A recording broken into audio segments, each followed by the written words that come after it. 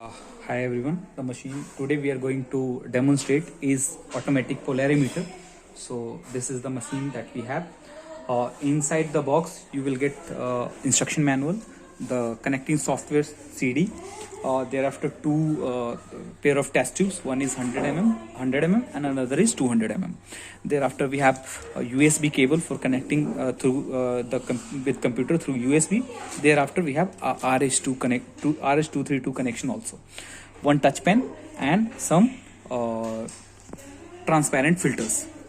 Thereafter some fuses are also there. The fuses are of 5 amps. So this is the thing that you will get inside the box of the machine. Now the connections are like that. This is the lid for sample holder opening. Thereafter on the back we have the power cable connector, the on off switch. In between we have the fuse. Thereafter this is the USB connector, this is the RS232 connector. So that's the thing we have on the back.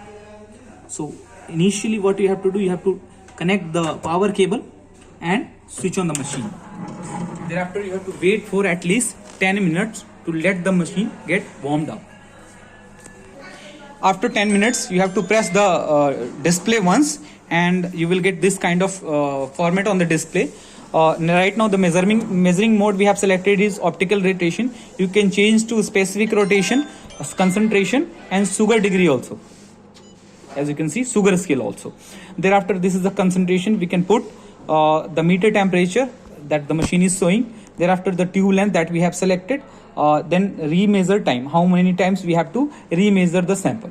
So these are the things. Thereafter the port connection, by which mode you have to transfer the data, the wavelength of the machine. So these are the things: measuring mode, parameter setup, and then if you want to remeasure, you can remeasure the sample by pressing this one. You can zero blank the blank solution by this touch panel.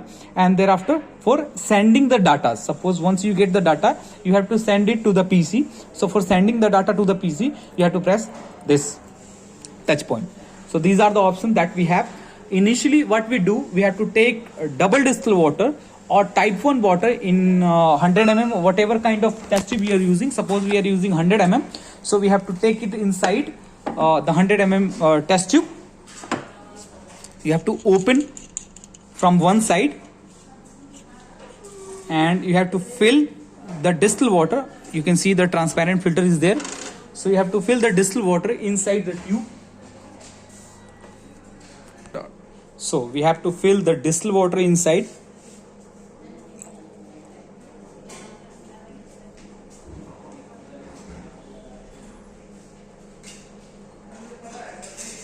You have to fulfill it top to bottom. Thereafter you have to close the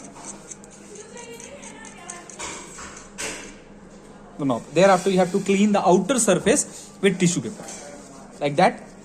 You have to clean it and make sure the bubble should be on the center. If any bubbles remains there, you have to put settle it on the center. Now what we have to do, we have to put this tube on this sampling location. Thereafter you have to close the lid and we have to set 0.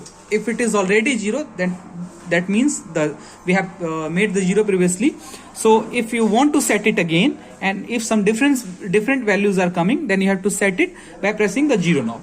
Once the 0 had been set it, now I am putting my calibration filter. This is the value. This has the value of 10.2.